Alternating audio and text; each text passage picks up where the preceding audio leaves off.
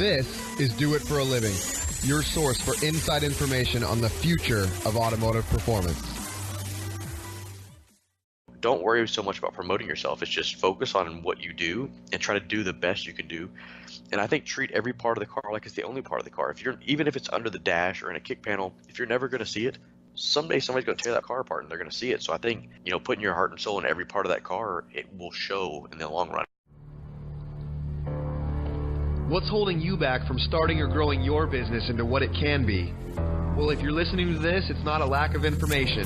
What you're about to hear is all you need to get motivated and start making waves. Do It for a Living podcast details the journey of today's true players in their own words.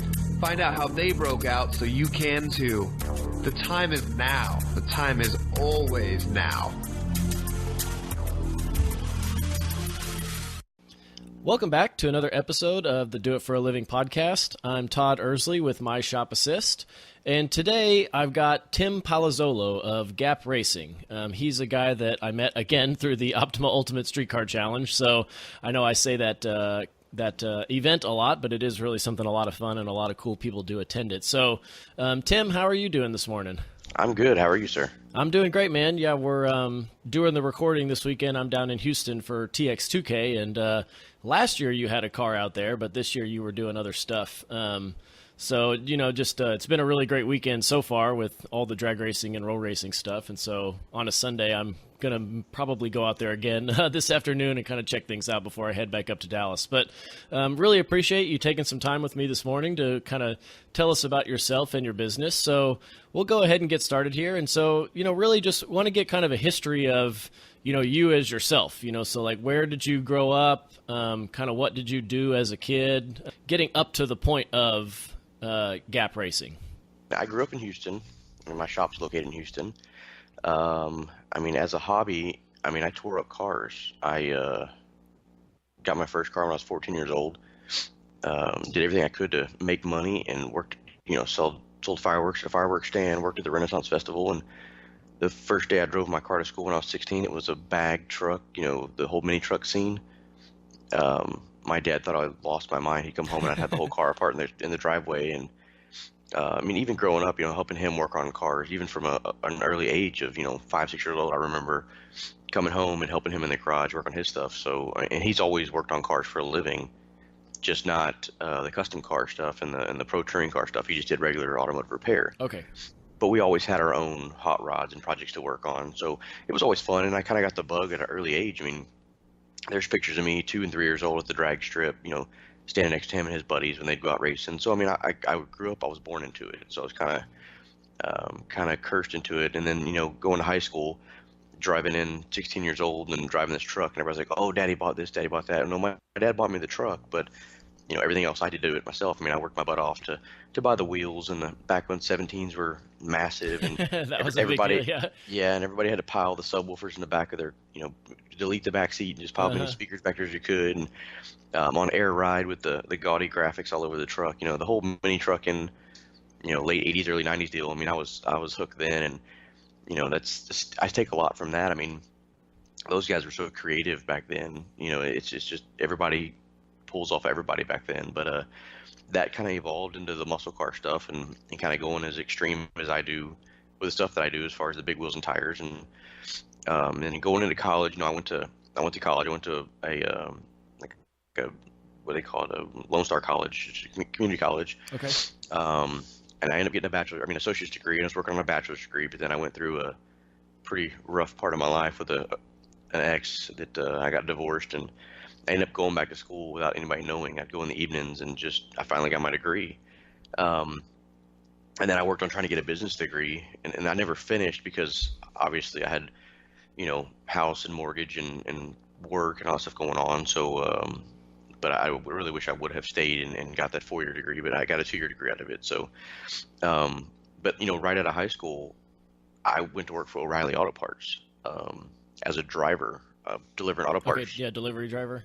Yeah, and my first day on the job, I was delivering parts, and it was high-low back then, and they could hire somebody that was 18 years old to drive a truck. And, I started driving and delivering parts, and I think the first day on the job, I walked by the front counter, and they were trying to look for a gasket for a quadrijet, and I walked by and they're like, well, I don't know what this is. And I stopped for a minute, grabbed a book and showed the guy the part, and then I left, Yeah. and I got back in the truck, was gone. And I got back and the manager's like, I need to see you in my office. And so I go in his office and he's like, you're not driving for us anymore. You're working on the counter. So since then, me and him had a good relationship. And I mean, I worked for him for years. I mean, I became his assistant manager, and then I went to run my own store, and then ended up working in the corporate office and got into doing some training for them. And that was like I still today have friends and people that I know from that whole side of that industry, which it made me respect the part side of it as much as we get mad at those guys and Yeah. want to Yeah. cuss them out because they don't know, like you call them up, I need a 9-inch gasket. Well, what year is it? It doesn't matter. Yeah. It's just the mentality that they have. But, I was a trainer for them and have a lot of respect for the process and the system. And so as a car builder, I have a little more understanding of what goes on when they bring me the wrong parts and things of that nature. So it helps a little bit. But, with my business now too, I have different aspects of the business, the consumer side of the business. I have previous run-ins with, how to sell the parts, how to get the parts. I know where the parts come from and how they get to DC. And I think a lot of that helps too. And knowing how to look up parts, I think a lot of that helps me too. Yeah, kind of knowing what they're going to ask for, kind of stuff. Yeah. Like just looking for what you need, mean, because that's pretty cool that like you worked your way up through that company. Like it sounds like you got I did pretty high up there. I did. I was in the corporate office, and one of the cool things is, kind of jumping ahead a little bit, but this year I was invited to, with Royal Purple, they invited me up to the O'Reilly Auto Parts Managers Conference to be a guest. So, this is my 10th year in business with Gap Racing. So, going back 10 years, I get invited to be a guest up there, and I get to see all these people that I remember, and it was really neat. It was really humbling to see these guys, and for how much respect they have for me and how I've done. But just to tell them that, you guys take this stuff for granted, but it was a blast working there. It was one of the best times of my life working for that company. And so just still trying to persuade those guys to keep pushing and do what they do. But it was really neat to see all the old managers and all the old district managers and corporate managers that are still there. And it's a really good company. So do you miss the 9 to 5? You probably had a 401k and some healthcare benefits. Do you miss any of that stuff? Man, yeah, sort of. Being a business owner, you kind of lose all that. They say being a business owner, you work 80 hours a week, so you don't have to work 40 for somebody else. Yep. But I love working. Even when I worked for them, I'd work all the time. I was always on the road, so we were always traveling and working. But you didn't have to worry about where the money comes from and how you're going to pay these people because somebody else did that. So that's the side of it that I missed. The whole 401k 9 to 5 thing. That was never really me anyways. My wife fortunately has a good company, works for a good company, and she has health benefits and all that stuff now. So it's one less thing I got to worry about. But no, I wouldn't trade it for anything. I wouldn't trade the 24 hours a day for anything. Well, so how did you walk us through kind of the transition or the jump from having that pretty sweet gig, at least in the parts side, to deciding to have your own performance shop and I guess it started as a restoration facility. It basically started out as George's Automotive and Performance. My dad started. He just decided one day that he was gonna he was forced to decide that he was gonna open his own business. And it was in the middle of my brother moving away to college and me going through a crazy divorce. And he did it, and much respect for him for not being a victim of the situation, but he had all these customers that encouraged him to start his own thing, and he went out and did it. And I had just gone through a really bad divorce and went through bankruptcy and all this crazy stuff because divorces just rip everything apart. So at the time I had nothing to lose, and I had a really good gig with O'Reilly. So it was one of those take a chance. So I jumped head first. I sold everything that I had and bought whatever tools I could get and went to work with my dad. And for a while, I transitioned back into a store position with O'Reilly, working in the corporate office. The commercial sales. And I would work part of the day and then the evenings go work for my dad so that I still had my health insurance. Okay. And, I did that for a couple of years and still worked 40 hours for my dad. And I think I worked like 30-something hours for O'Reilly. So even back then, not being the business owner, but being an employee for my dad, I was working a ton of hours. But at the time, I was trying to make up for lost money and stuff in my divorce and all that stuff. So I kind of put all my aggression and attention into the business, and immediately started pushing my dad to go do Autoramas and go to SEMAs. And because growing up in the mini truck stuff, I mean, that was what you always saw that stuff, and that's what you wanted. You wanted to build the show car, and you wanted to build this and that. And my dad didn't really care. My dad was like, we just want to try to make money to make make payroll, Yeah, just making, just doing repairs and stuff. Yeah, we got bills to pay, So and it we were fortunate enough to have some customers that came through and trusted us, and we built a lot of cool cars. I mean, looking back, it's like, man, we built some really cool stuff even way before this time. I had a customer that wanted us to build a 61 Bel Air for him. It was one of the first big cars we built, and he asked my dad, he's like, I want air ride, I want stereo. And my dad's like, oh crap, you're just building Tim's car, And so we got together, and he was like, you like everything I like, let's build it. So it was an immediate, transition for me of like taking my mini truck stuff and moving into a muscle car, custom hot rod type deal. And I mean, I had so much, I'd spent nights like researching and writing everything down. Like, if I had $1 million, how would I do this and what would I do? And making spreadsheets of like what wheels I would buy and what suspension and what brakes. And I mean, I already had an idea of what was the best and what I wanted. And he had the money to do it, and we did it, and the car turned out fantastic. It was and we still drive it around today. I mean, I borrowed that car and brought it back to Autorama like 7 years after we built it, and I mean, it still looks just as good as it did the day we built it. So that's very cool. Yeah, I mean, so it's a lot of that, that transition, and then that car just spawned another car, and then customers in our industry, they kind of get into a pissing match with each other. They see this car, and the customer comes in, well, I want that, but do they have bigger brakes, or do they have bigger wheels? And that kind of slowed down, but in the very beginning, it was one of those type of deals, and now it's just, I mean, we have customers just kind of bring us cars and allow us to do what we do, and we've been very fortunate with that. So, like, what year was it when he started, or I guess when he really got going in was it George's Automotive Performance? That's where the Gap comes from. So it's George's Automotive Performance, but GAP is also my dad's initial. So okay. The transition back, we were doing some drag radial racing and drag racing stuff, and so we got more into the Gap racing because I thought the George's Automotive just seemed a little too mom and pop shop.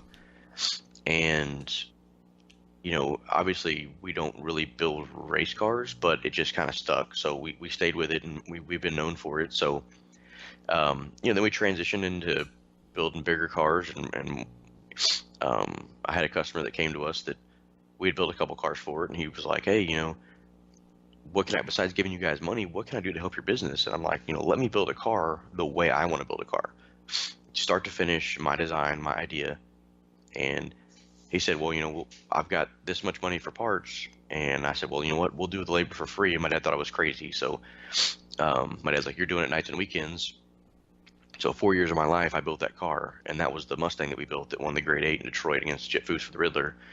And I mean, that was really sparked our whole takeoff thing. Is that after that, everybody kind of realized who we were, because prior to that, we had never built a car and toured outside of Houston. I mean, everything was at the local Houston Autorama. And yeah, that was what year was that? Because Chip Foose, I mean, I think he had a car in the Autorama this year as well. Yeah, he didn't compete for the Riddler this year, but he was there. So that was the last year he competed. That was 2015 that he competed for the Riddler. Okay. And so, but what year was it that you built that car for the? That was in 2015. We unveiled that in 2015. Okay, yeah, so that was pretty recent then, huh? About 3 years ago, yeah. Yep. Yeah, I mean, prior to that, we were still building cars. We were doing, but they were local cars. Building a Camaro for a guy and taking it to Houston Autorama, and we'd win, of course, the Autorama, and we did well and built, Challengers and Mustangs and Novas, and we were building everything, but nothing that crazy, nothing that out of the ordinary, nothing that a regular car with wheels, tires, and paint, and some good horsepower. But the Mustang was kind of one of the most edgy things that we had put out at the time.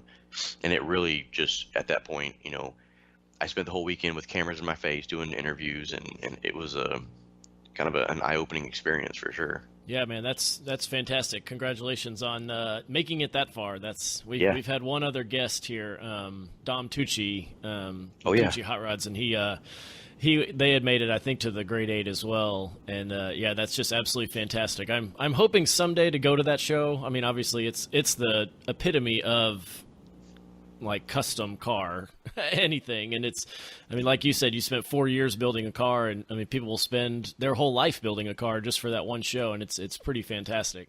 Yeah, and then the competition is intense. I mean, and the rules are so stringent, it's just unreal. And then, you know, that whole side of the judging, I mean, it's completely different than, you know, now we're into the good guy stuff, and we still do. We've got another Riddler car we're building for a very, very good customer of mine. But that whole, you know, ISCA judging stuff, I mean, it really makes you respect some of those guys, but man, you really want to rip their head off sometimes too, because they're not there to tell you what's good about the car like some of the other shows. I mean, they're there to tell you what's wrong with the car. What's wrong with it? Oh my gosh, yeah.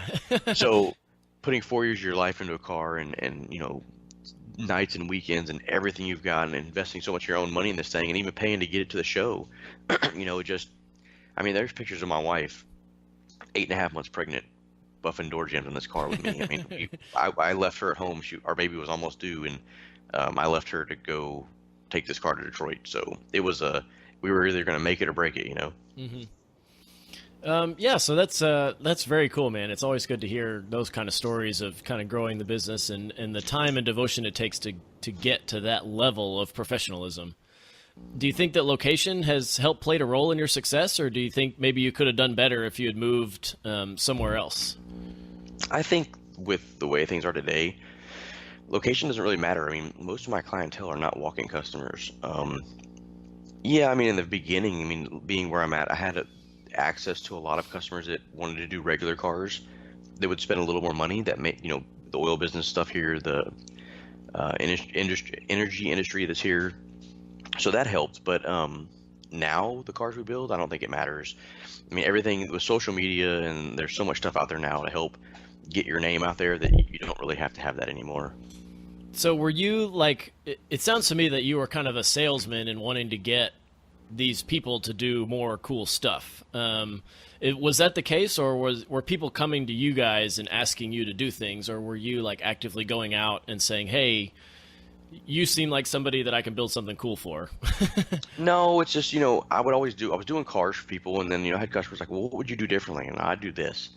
Okay, well, if I do a car, let's do that. So it kind of progressed because they saw how passionate I was about doing things. I mean, I've got a customer I built 14 cars for, and he always lets me do what I want to do, but they've, you know, within reason of a budget. But, you know, they knew how passionate I was. They knew the experience that I had and my background of learning from my dad, and they entrusted my dad with anything. I mean, my dad has a, you know, really great relationship with all these people, and they really trusted him and still trust him today. I mean, they always ask, you know, I got people coming by today still, you know, where's your dad? 'Cause my dad retired 3 years ago. You know, where's your dad? You know, my dad retired about the time that I unveiled the Mustang. That was the transition of me buying the company out. And that was, I wanted to go one direction, and he was happy going this direction, and we made good money. You know, honestly, there was less stress back then. It was get the car done and go home, you know? Now it's like, get the car done, and where am I going to be this weekend? Am I going to be in California? Am I going to be in Arizona? You know, we're all over. So it's got good and bad, but no, I think it was just, it's not really sales pitching or anybody. I mean, they come to me because they like what we do and they like our style, and so it's just kind of evolved into that. And customers, I get a rendering done and present it to them, and then that kind of sells itself.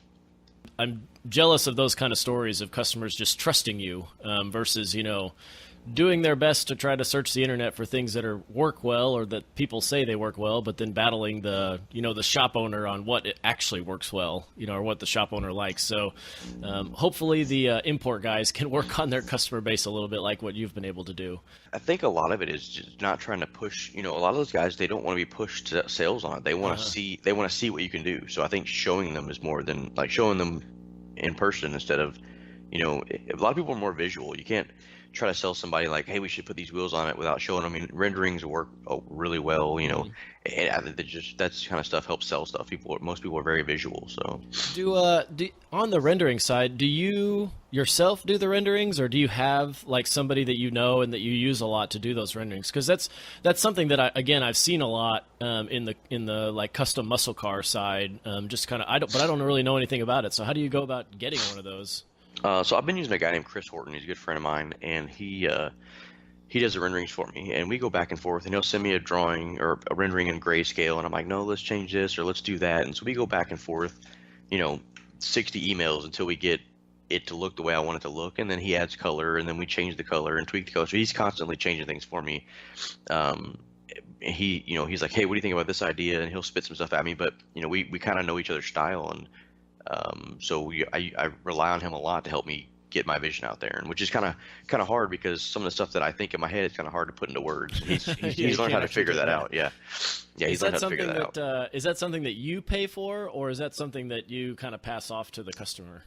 It just depends. I mean, I'm invested in all these projects, so a lot of times customers will pay for it, and it allows them to see the stripes and see what does it look like with this color stripe, and what about this wheel and that way. Like we built a white convertible this year for SEMA, and I was telling the customer, like, I want to do this and I want to do that, and he's like, oh, he was very conservative. He wanted a typical car, and then once he saw the rendering of what I was thinking, he loved it, and he was like, that's the coolest car I've ever seen in my life. So I was willing to pay for it, and then once he to get the sale, huh?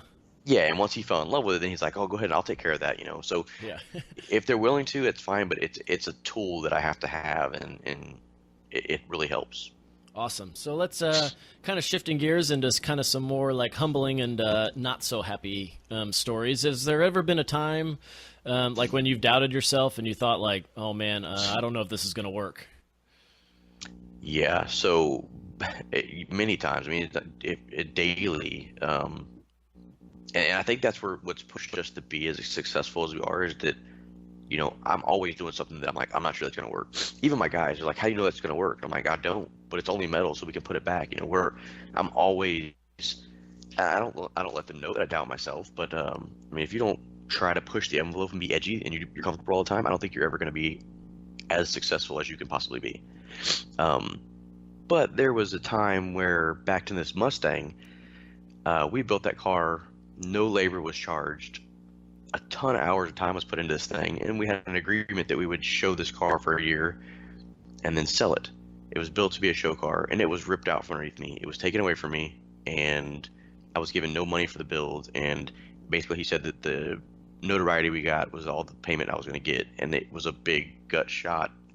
And I doubted everything that I had ever done in this business, and that was, building a car for free is stupid on a business side of things, but it came down to, I mean, I lost sleep over it, and it was horrible, and it was one of those points where my wife's like, you can either be mad at this whole situation or you can put your focus in the next car. And at the time I was starting on that 71 Camaro, which has done really well for us this year and or last year. And so I put all my anger and energy into that car, and any of the time that I was going to waste chasing this guy down and trying to get money back, I just put all that effort into this car, and it paid off, and I made sure that I made this car better than the last car. Mm-hmm. But there was always regret of like, am I doing that? Should I be doing this for a living? Is this right? I'm working all these hours. I'm not making any more money than I was making before. Yep. Yeah. But so it sounds like you're pretty heavily motivated by bad things. Gets you really kind of in the shop and working and gets your head down, huh? Not necessarily. Like, that was just a horrible deal that I hope nobody ever has to go through. But it's just one of those. You can either be a victim or you cannot. You can look at it. It depends on how you look at it. And I tried to. At first, I was playing the victim role. I was like, oh, poor pitiful me. And luckily from my wife, that was like, get your head out of your butt and let's do this. And so I put a bunch of time and effort in that Camaro and went above and beyond and did what I could do. And luckily the owner was in agreement, and he was there throughout the whole process, and he's a good friend of mine, and he knew what I was going through and trusted me to build that car and so on and so on. And so that all led me into newer customers and newer clientele that knew the backstory of the Mustang, which they all, were like, forget that car. And it's one of those, and I was really, I took it hard, but talking to guys like Chip Foose and, Jonathan Goolsby and KCV and all those guys, they've all had the same kind of deal, the same customer where they put all their effort in this car and it's taken away from them. And I was still new at it. It was still, I was only, 6 years in the business and starting to take the business over. And it was one of those, like, what am I doing? And, not knowing that happens to most builders and going to the ISCA stuff, and the judge is like, man, this happens to everybody. So I kind of took that to heart and just kind of focused on the business a little differently. So do you do a better job now of kind of limiting your risk of that sort of situation happening again? don't do anything for free, if that's what you're saying. Yeah. Well, it's just you made a really good point of like, when you get out there and you talk to people and you find out how common this sort of, that sort of specific thing, like everybody has that one story where they helped a guy out, and they did a lot of work for free or discounted, and then nothing happened, like they didn't get anything back out of it. And so that's, then it goes to another shop and they tear it apart and like, oh, this car wouldn't drive, wouldn't do that. I'm like, the car was built to be a show car, it wasn't built to be a driver. So, but then it's still, I lose sleep over that. I'm like, oh, and then they're bashing you on social media, and it's like, but then people know the car, people know the story, and it's like, people start sticking up for you, and it's, you can either, curl up in a little ball, or you can say, you know what, so that next car just kind of pushes to be better than the past. So yeah, that's good to hear that, because that again kind of goes back to what one of the things we really liked about when Reed started this podcast was talking about things that you think it only happens to you,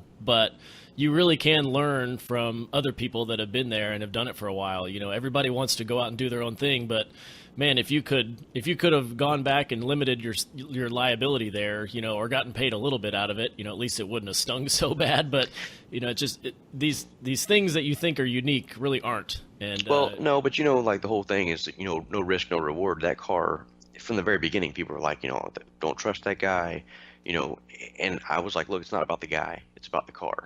This car is way more important than he is. And so I think it was one of those no risk, no reward things. You got to take a risk, but it's a stupid business move. Building a car for somebody for nothing. And we had a contract, we had a legal buying contract, but that only goes so far. Then you got to chase them down and pay legal fees and stuff. So, it's just one of those things that had to do it, had to do it all over again. I'd probably still do it. Yeah. But would I recommend somebody doing it? No, not at all. No. Yeah, it's an interesting example of exposure. The payment in exposure. Hey, I'll get you some Facebook likes or some views. May have actually worked out in your favor here. Yeah, but when you're talking about the Riddler, that's a little different than just some YouTuber posting up about how cool the work is. When you get to that level, to be competing against people that I've looked up to my entire life, and they respect you, even though I'm this young kid that's like, 33 years old, and they respect you, and they're like, that car is amazing. They saw it. Chip Foose, when he pulled in the building, he got out of his truck and came over and looked at the car, and we talked for 30 minutes about the car. He picked up on every detail. He's like, oh, I see how you did this, and I see that, and that at that point I did interviews at the show, and I said, look, at that point I'd already won. Whether I won the 8 or the Riddler or whatever, I'd already won, because I wanted the notoriety. I wanted people to know that like I did something different, because to take a 69 Mustang, to widen it, to slam it on the ground, put a big 572 cubic inch motor in it, the crazy stereo, kind of a mix between a mini truck and a Mustang, to try to make a grade 8 with a car like that was nearly impossible. And we belly panned everything, and I learned early, dealing with a lot of friends of mine that have competed and stuff like this before, that they don't give you points, but they take away points. So if they can't see something, they can't deny it. So making panels to cover panels, and learning things. Yeah, little tricks. And it definitely paid off. I asked questions. I rode, and I went to Power Block with some friends of mine, and I talked to other builders, and I would ask stupid questions. But I was just gathering information for my own little briefcase. So awesome. So going back to the fun part of it, what's something you've got going on right now that's got you fired up? So, the Mustang had led me to meet a lot of good customers, and I have a good customer and good friend of mine named Doug that is, we're building some cab overs for him. We're building a C10 this year for SEMA for his wife. We're going to build a 70 Firebird Trans Am for him. We're building a 2002 Trans Am for him. So we're kind of getting more into the late model stuff. But I had bought a 36 Ford that I was going to build for the Riddler, and he kind of convinced me that I probably wasn't going to have time to build it for myself, so he's going to build it. And I'm really excited about that car, because it's kind of way out of my comfort zone, building a Ford, like, older Ford, hot rod type deal. But he still wants me to do my style on it, my big wheel, real low.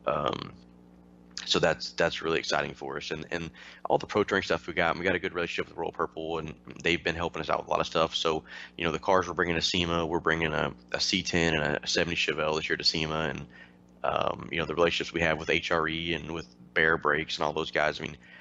I'm constantly evolving and building on those relationships, which I'm really excited about too.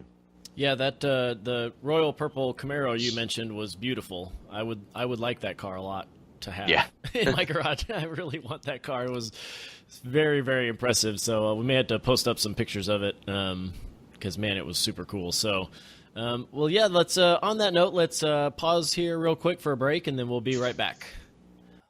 We all know owning a shop is difficult, so we created My Shop Assist to help you manage the various jobs. Whether you run a machine shop, a performance tuning shop, build off-road trucks, or even do powder coating, My Shop Assist can help you. It is completely online and will help you schedule the jobs, log time on each task, track parts orders, and take pictures of the work. You can even export your jobs from My Shop Assist into QuickBooks as invoices. So if you're interested to improve operations at your shop, check out myshopassist.com to start your 30-day free trial. Okay, so we're back with Tim Palazolo of Gap Racing. And so, Tim, can you kind of tell us about Gap Racing? Like the facility and the guys inside, how big is the shop? And then do you like rent or own it? Okay, so we have two buildings. They're 4,000 square foot apiece. One building is the building we work out of. It's the front, 60% of the building is the clean area. It's air conditioned. It's insulated, nice lighting. That's where we do all the assembly of the cars. And the back part of that building is the fab area where they have the fabrication cars. The building across the back section has the equipment that they use, so they go back and forth. If they need to use the English wheel or the brake, it's all right there at their their disposal. And then we have a clean room over there where we build the Riddler car or the car getting ready for SEMA. If we need to spend hours of non-distracted time, we put a car in there, turn the AC on. It's carpeted floor, so you can lay stuff out and kind of get organized. And that's where we built the Mustang and the blue Camaro. And then the front part of that is storage. So, we have it. It took us a while to get it all laid out and to divide everything up to a functioning workspace to be correct. And it's evolved. It's always evolving. And then I have 6 guys, including myself, 2 full-time fab guys. Then I have 3 guys in the front part of the shop that do mechanical work. And I have a shop manager, Brent, who's been very helpful. He's jumped right in, and I've known him for a while, and he's, I lean on him a lot, which allows me to go, travel and do what I've got to do to help grow the business and to maintain my, obligations that I've made with people and things just run smoothly while I'm gone. So have you been in that space, the whole 10 or so years you've been doing it? Yes, we've been that I'm building. So we were in the building. The 4,000 square foot building, we started out in the front half of it. So we had 2,000 square feet starting out. Luckily, the guy that owns the building is a good friend of ours. And we've just kind of taken over more and more. And he loved how the business is growing. Obviously, we take care of the place. We've re-roofed it, re-insulated it, had the lights done, built the office out. It's evolved just like a project car would be. Sometimes it doesn't get as much attention as a car does, but you know how that goes. But we try to maintain it and take care of it for him, and so it's an investment for us, an investment for him, and he allows us to kind of continue to grow, and if we need something, he takes care of it for us. So that's very cool. Do you have any kind of plans to expand even more? Yeah, I drew up a blueprint of I did some architecture when I was in college, and so I've drawn up the blueprints for the new shop. It's about 20,000 square foot, and it will house like 10,000 square foot for the Gap Racing thing, and then 5,000 square foot for general automotive repair and 5,000 for late model performance that we're going to get into, and then we're going to build a second building for the paint and body and upholstery. But I've got this whole compound thing drawn up, and prior to the hurricane, we were really working on trying to get some of that stuff done. But with the recent flooding we had down here, it's kind of they've redone everything to where you have to have more retention, and so just making sure we have enough property to accommodate all that stuff. So and that's a long process. We're still having the floors polished in the shop that we're in now, and even though 5 years from now we're probably not going to be there, we still want to maintain what we have and take care of it. So yeah, very cool. So have you written a formal business plan for the growth, or is it just something that just kind of has happened organically? It's just kind of organic. I have these ideas, and I'm very I have a good business sense of the way things go. So I really don't need to write stuff down as far as like I want to do this. I mean, I know what order things have to happen. So I know, let's get the property, this is how much property you want. I've got a good friend of mine that's a service manager, or he's a shop foreman at a dealership that wants to he's getting a little older and he wants to do his own thing. So we're going to bring him in and let him kind of run the general automotive repair side of the business. And I've got a good friend that does late model stuff, so I'm going to let him run the late model side of it. And I mean, I've met enough people in this industry that I depend on and trust on a daily basis. So bringing them in and kind of letting them have their own thing, and just kind of letting all of us kind of share equipment and grow off each other, and just kind of evolve off each other and use each other as I've got to establish business and establish name, and letting them branch off of that. But it's also, I'll be part owner in that stuff too. So it all kind of works for all of us. So with the people that you have, do you find it kind of difficult to manage them and keep them on task? Because I envision that being very difficult in the custom world, when you've got a vision for a car, and, you and the customer, I guess, have a vision for the car, and then you're trying to communicate that vision to your employees, like, I want it. Do you find it hard do you have to like micromanage them, or, have you kind of groomed them to have your same, your same view of what you want to do? In the very beginning, yes, it was very difficult. I mean, I've had some guys that have worked for me that, I had a good friend, Jimmy, that worked for me for like 4 years, lived with me for a while, moved here from Oklahoma. Now he started his own shop, and he still calls me for advice, and we go back and forth. I mean, he learned how I like to do things, and so when you lose something like that, that's difficult. But now, like my fab guys, they've been with me for 3.5, 4 years. They'll go tell guys in the front, like, you need to fix this, Tim's not gonna like it. I mean, they all kind of know that I'm very particular, and they don't ask why I want things done a certain way. They just know that's me, and I have a certain vision for things, and I'll make them redo things. And they've kind of learned now that, they're going to get paid the same no matter what. I'm going to lose money. I would rather, this is a stupid business plan, but my whole motto is I would rather lose money than have a customer leave unhappy. And, because if you have an unhappy customer, they're going to go out and bash you, and you're going to lose more money than that. So I try to treat every customer as the only customer. And all these guys know, my employees know that they need to treat every inch of that car like it's the only part of the car. You never know what they're going to tear into. And so a lot of them have come to realize that, but they all help each other. We're very team oriented. I try to keep all of them involved. I think a lot of it too is that, with the growth of the business and the publicity that we've gotten, I've tried to keep them involved. Taking them to Power Block, to, take them on the magazine shoots, take them to SEMA, keep them involved. If we've got to do an interview, I'm like, hey, you talk to this guy, tell them about the car, let them not just take the spotlight from them, because without them, I couldn't do this either. So keep them involved in the spotlight too. So how has the, the business changed over the years from, what you were doing when you got started, and then kind of take us through the evolution to, the different projects and like focusing on different kind of stuff to what you're doing now? Starting out, general automotive repair, doing brake jobs, fuel pumps, whatever we had to do to make ends meet. And then with taking the company over, evolving into more of the big builds, and it kind of comes back full circle. Then I got to this, like, all right, all I want to do is big builds and show car stuff. I don't want to do the little stuff. So we kind of turned some of that stuff away. And then I realized that I can't build 6 or 8 full cars at once and give them my attention. The cars are going to suffer. So then we decided, look, let's focus on 2 cars a year. We'll build 2 cars a year. The fab guys will work on them. The front, me and my guys will work on them. We'll build the exhaust. We'll mock the car up, get it ready for paint. I can give more attention and put more detail in 2 cars than I can 6 cars. So we bring back in more of the general repair, the late model. We started doing some late model performance to kind of, it's worked to where I don't have to keep an eye on the guys. Like, we don't get married to the project. It didn't come in for AC and then have to get rewired or need parts you can't get immediately. So we're trying to make it to where there's a little more in and out work, so that the 2 main cars I'm working on, I can focus on.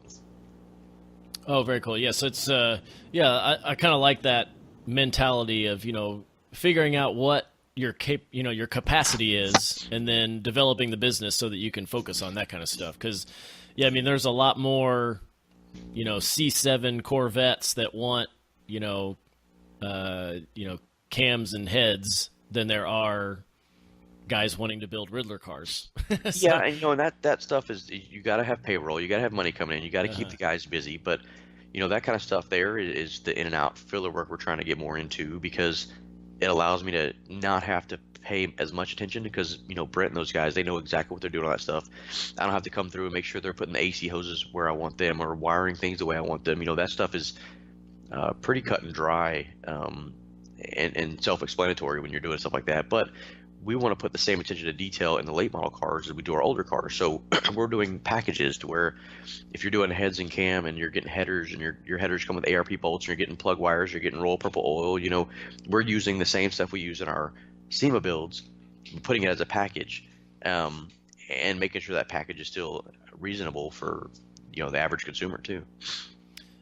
Cool. So, I want to kind of get into the advertising and, the publicity and stuff like that. So what, in the past, what has been, well, I guess in the past and then coming up to today, what has been the most successful method used to kind of promote your business and your skills? I think, SEMA has been huge for us. The last couple of years we've done unveils at SEMA, and that's been a big deal, building hype, because that not only helps us with the public, but with their vendors too. So the vendors know what we're doing. They want to get involved.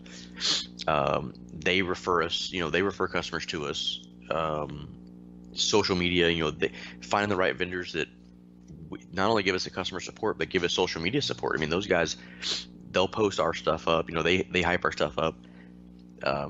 It's just been, social media's been huge for us, but I don't do any paid advertisement. I don't pay for, I sponsor a couple forums, .org, to have our name on there, but that's to help keep that site going. That's more for contributing to the site for a good cause.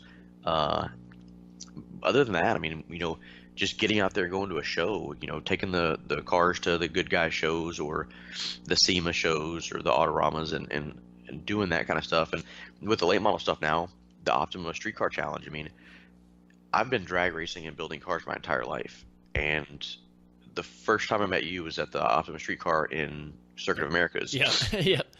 And I will tell you right now, that is the most fun I've ever had on four wheels in my entire life. And I took a stock Corvette out there and I was hooked. And you took me for a ride in a Focus and scared the crap out of me. Yeah, we did have a good time. Yeah. And I was addicted. I mean, I'm hooked now. And so I, going out to good guys and having the old cars out there, and then on Sunday taking my vet around the autocross course, it's work and play. So you kind of get to enjoy it. And then people see it, and then they ask questions, and then you get more business. So it's just being out there in the public and making yourself known, but being humble. And I get a lot of customers that call like, oh, I saw you on Power Block or Power Nation. I saw this. Treat them with respect, treat them and just teach everybody, treat everybody as, I don't care if you've got $5 or $5 million in your pocket, you're going to get treated the same with us at our shop. So having that same respect and mentality with everybody, I think just goes a long way too, as far as word of mouth, that's good advertisement.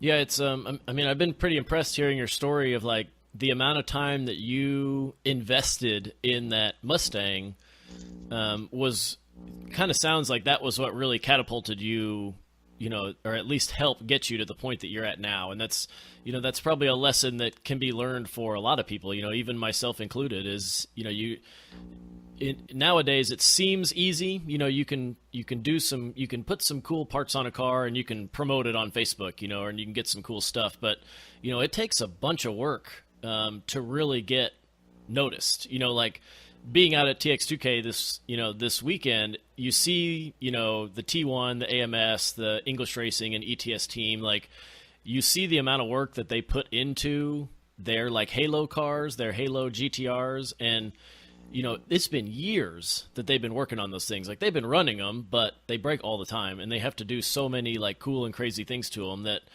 that's what they did to get in the public eye. And that's kind of how those relationships get built. Cause that was something that, I was curious to know from you of like, how did you get a Royal Purple gig? Like you look at it now and you're like, man, that's so cool. Like I wish Royal Purple would sponsor me, but you've been doing it for 10 years, and you worked 4 years on one car, on your extra time. So like, what kind of work does it take to make, what do you have to do to get relationships with Royal Purple and Forge Line and, like brake manufacturers and that kind of stuff? A lot of it is just do what you say you're going to do. That's a big part of it. If you say you're going to have a car somewhere, or you say you're going to do something, make sure you do it. That's the hard part, is that, that with the hurricane we had, and the delays in that white car, I was damn determined to make sure that car made it to SEMA no matter what. And we got it there, and because we told them we would be there, and then they called me up, hey, can you come to Dallas? Absolutely. So there's a you have to give a little to get a little. You've got to be willing to invest, and they're going to invest in you. You got to invest in them. Thermotech's been very helpful to us. They do sound deadening and heat insulation stuff, and we've had a car in their booth the last couple of years, and they, hey, you got something put in SEMA that can display. So we've kind of had this idea of, we'll have a car that's painted, we'll put all the insulation stuff in it, no wiring, no interior, put it in their booth. Next year, bring it back as a completed car. Well, that makes it a lot easier. It makes it easier on me for sure. So we do that, and then they get to show their product off, which was very helpful. And call them up, hey, I need this. Or when I started building my Z06 for the Optima stuff, they sent me anything I needed, header wrap and the heat barrier tape and all that stuff. I mean, they took care of us for everything we needed, and just tagging them back on social media, something as simple as that. I mean, because when you don't do it, you hear about it. So you got to make sure you give credit where credit's due, and it's a second job. I mean, it's a second job promoting the guys that promote you. It's you've got to make sure that you do a good job of doing that. Yeah, I think that falls short on a lot of people. The second point you made there is once you get stuff, once some company essentially gives you something, they're really investing in you, and they're looking for some sort of return, and making sure that you do your part, or you're probably going to get blackballed. People are going to know that just a mention, or just a I mean, we don't decal our cars up for SEMA. We don't cover them in all this stuff, but we do an interview or we do something, we make sure that we make it known who helped on the project. Social media posts, we tag them, we make sure we know. And sometimes I'm guilty of it. I forget. Sometimes I'm like, oh, I see somebody liked a photo. I'm like, crap, they're supposed to be tagged in it, or Yeah. It's human. It happens, but human error. But I try to, each car now I have a little notes deal, and I write down like what we use for this. Even if it wasn't sponsored, I still tag them in it, and then the next build they help out. And then so what if they didn't sponsor something, I'm still giving them notoriety for providing me with a product for it, and that kind of helps with the vendors and the camaraderie of everything too. Very cool. So how many hours do you think you're working a week now? Oh man, because you told me you've got your wife and you've got your kid now, so has that kind of changed your activities at the shop? Absolutely, in a way and not. So I try to schedule my car shows around my wife, to where if I'm going to the Grand National Roadster Show, fly her and my daughter out, spend the weekend with them, spend some time, come in early, or have them, I'll drive there a little early and spend some time in California with them so that they can enjoy the area. If I've got to travel somewhere, I want to make sure that they're involved and try to keep them into it, because it's hard for them. It's hard to, I didn't like the first year or two my daughter was born. I mean, the phone rang and she would be like, oh, it's Daddy, and that really hit me hard. I'd be sitting her next to her on the couch, she's like, Daddy's on the phone, because she was so used to me being on the road and calling or FaceTiming, and it made me put the brakes on pretty quick as far as like what I did. So now we do the good guy stuff. It's very family oriented. They'll come out. She doesn't go to SEMA because that's a whole week of just chaos. And we're doing unveils, and there's a lot of, it's not fun for her. She most wives that don't really trust their husbands to go to Vegas by themselves, she doesn't want to go. She's like, look, I've been Yeah. I've seen what he does. It's not super boring. it's cars 24 hours a day, and if there was more hours a day, he'd be doing car stuff. I mean, I don't sleep when I'm there because we got so much crap going on, but that's part of it. That's the fun of the business, is figuring out how to keep your family involved, because even when I'm off and I'm at home, phone's ringing, emails are going off. I mean, I got customers texting me right now. I got customers that are all over the world. Romania, China, Saudi Arabia. Their time schedule is different than mine, so there's early morning emails, late night emails, phone conversations. So you're always where I'm always working. I'm always on the computer looking at something. I mean, if I see an import car or a four-wheel drive and I like an object, I snap a picture of it, and I'll figure out how to use or incorporate that style. So I mean, I'm always working, but it doesn't mean I'm really working. So maybe what's something that you struggle with in business, and how are you working on improving that? Uh, you know, I try not to take things so personal. That was one of my big deals was that, you know, um, parts failure. There's a big part of it's parts failure. If a part goes bad, I'd have to eat it, and then I would get so mad and like, oh, I'm tired of doing this. You struggle with that, but I think a lot of that has changed with finding vendors that support you as much as you support them, and you know, saving a couple bucks on a part doesn't always mean it's going to make it easier in the long run. We buy good stuff, we buy a good product, we try to put the best of the best on there, and the best of the best that may not always be the most expensive. My best of the best is whoever's going to give me the best customer service and the best warranty, because parts fail, things happen. Just because it's new doesn't mean it's going to work. So I think a lot of that struggle is just maintaining that calm, cool, collected attitude, and not letting your employees see when you're frustrated or you're mad, or something's got you down, or things of that nature. Because there's daily stress with the business. That's just being in the business. You're going to have stress. It just depends on how you handle it. Mm-hmm. Yeah, that's something I still need to work on. I take stuff very personally with the business, and it's like, it's something you work on day and night for years, and then it's like, oh man, somebody didn't like what I did. So yeah, that's something that I need to work on as well. Yeah, I mean, I get you look online, you see a picture of a car you did, and then somebody's like, oh, that's stupid. And at first you're like, you want to go be a keyboard hero, and then it's like, you know what? It's all right. It's all right, Good. yeah. All publicity is good publicity, whether it's good or bad. So what's your, we kind of touched on it a little bit, but what's the kind of the 1 year plan for Gap Racing?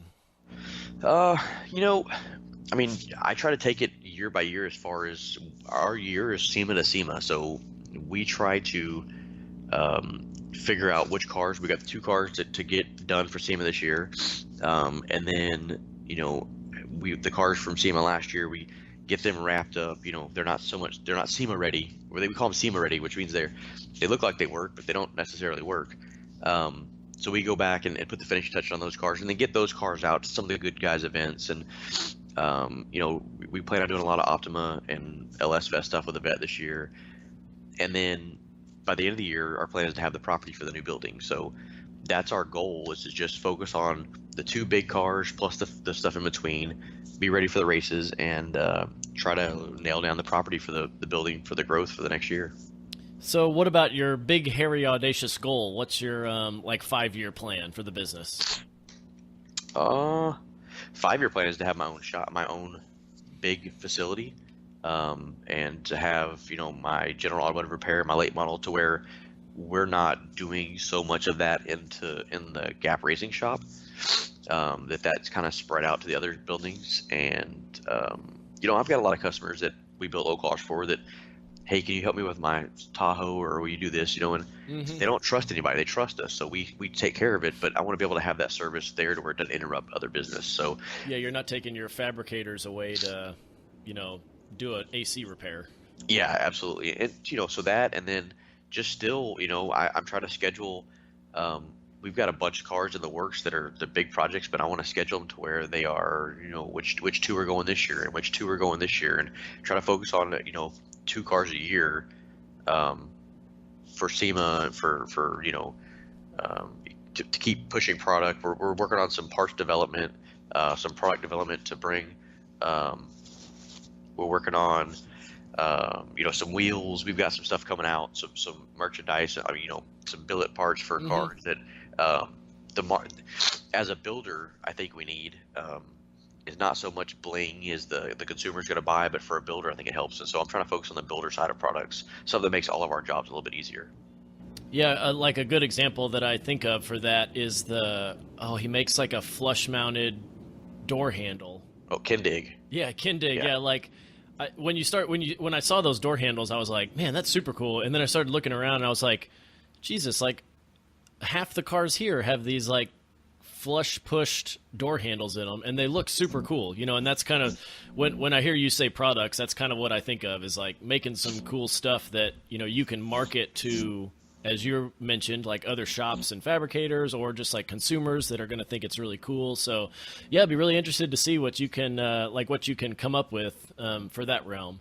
Yeah, we've got a lot of stuff in the works. It's just simple stuff that like people take for granted, that, you know, door hinges and door latches and door handles and things that, you know, the average guy is probably not going to buy because you can't see it. But for us builders, if the door can open and close properly and shut properly and shut like a new car, it makes our build look better. So that's what I'm trying to focus on, is not so much parts that the average public's going to buy, you know, because a guy that's building a truck in his garage doesn't really care if he's going to buy an $800 set of door hinges. He's going to, you know, but the builders, for us, the you know, trying to push that envelope, we'll use them. Mm-hmm.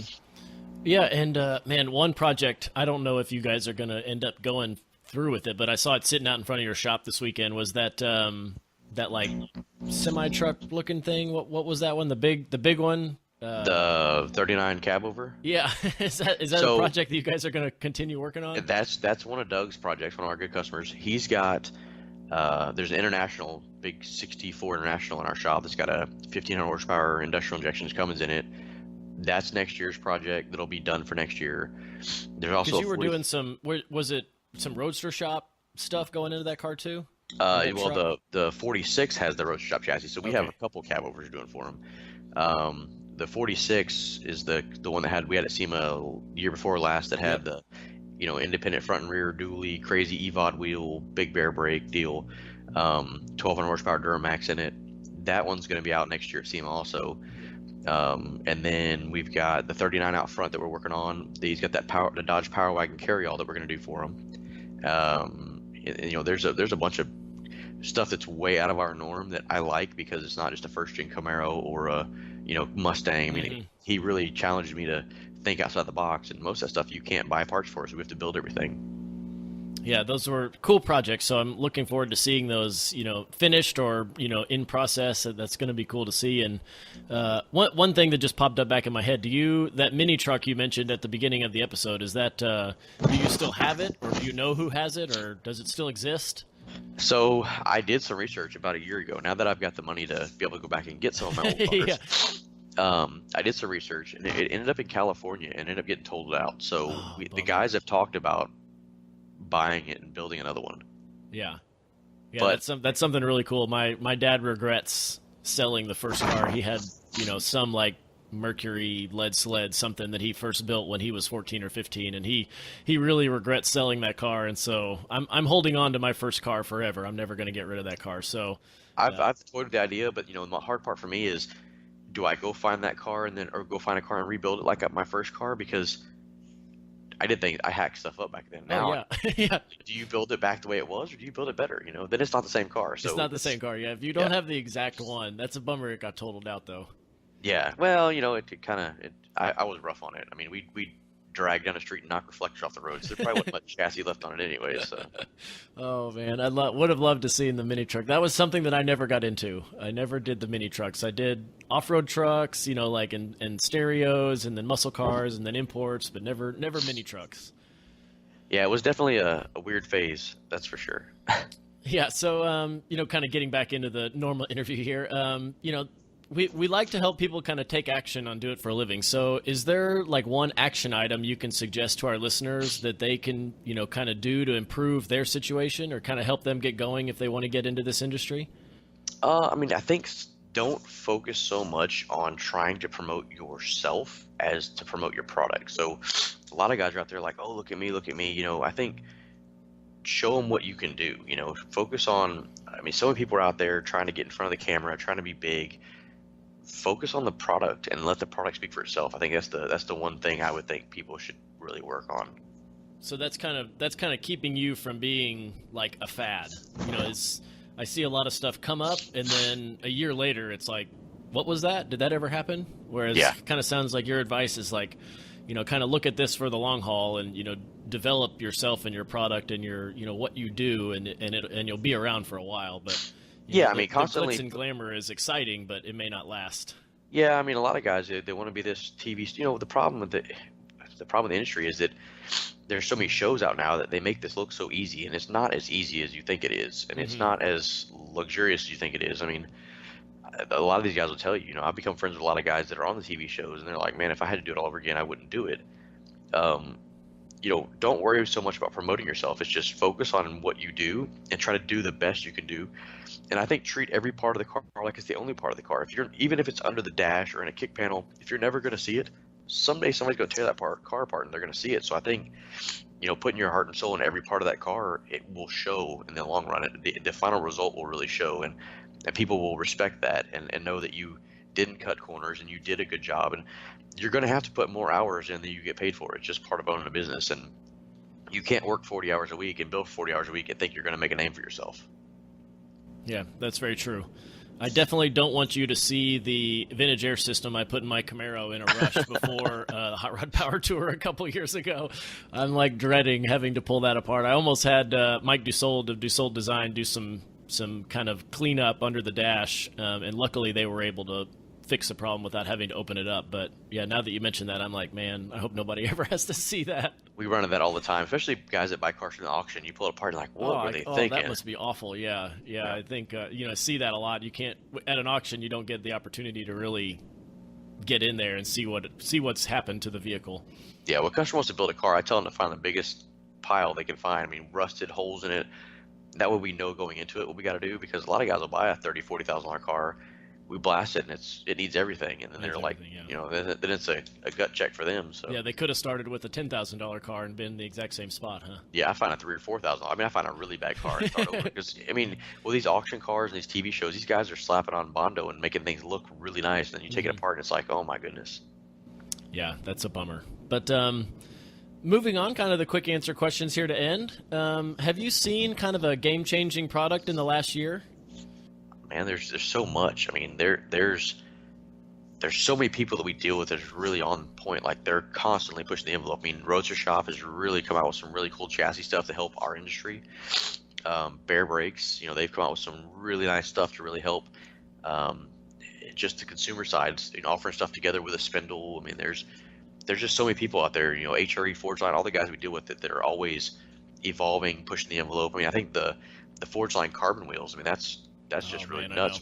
That's a game changer right there. Yeah, when I interviewed him for the podcast, I was like, that is the coolest thing ever. I just think that's such a good idea to use. Like, they're a two-piece design with the carbon barrel. Oh my gosh, it just sheds so much weight.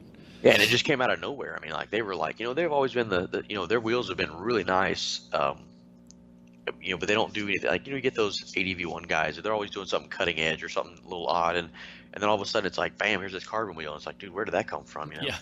Are you guys putting those wheels? You got anybody putting those wheels on their car? I'm trying to not make myself put them on the Corvette. That's for sure. trying to keep yourself from buying them, huh?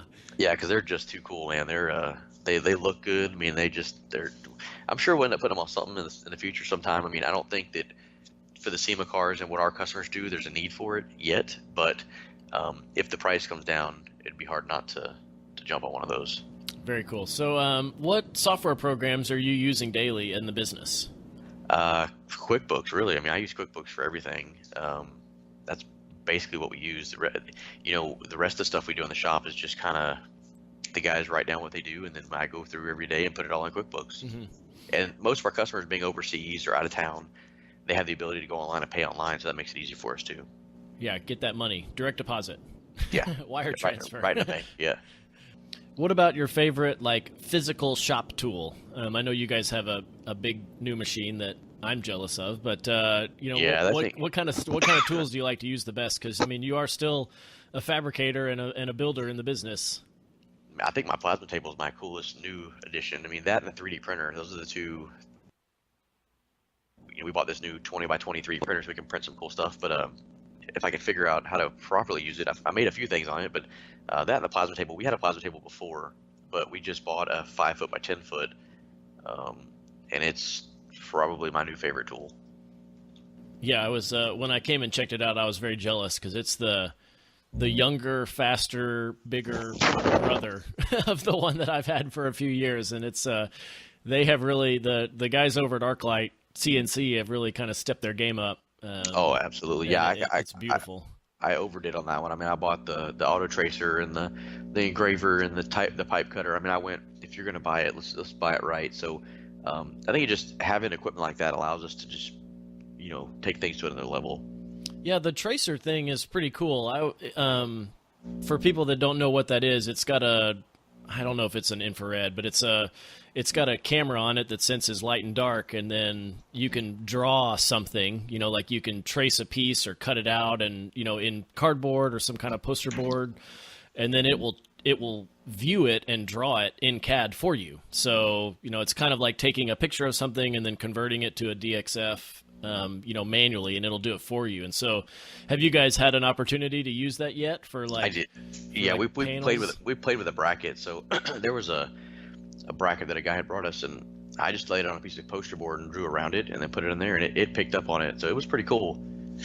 Yeah, it speeds the process up quite a bit. Yeah, definitely. So, what is your daily driver? Not the race car, or what are you normally getting to and from work in?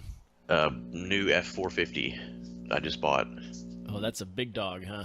Yeah, I had a Chevrolet. I've been a Chevrolet fan my entire life, and I actually went out and bought the new 450 Platinum, and I should have did it a long time ago because that truck is amazing. Man, yeah. When I'm on long road trips, I'm on the road a lot, so I gotta be comfortable and enjoy it, and so this thing is it's like riding a Cadillac everywhere. It's pretty nice. That is super cool. That's very cool.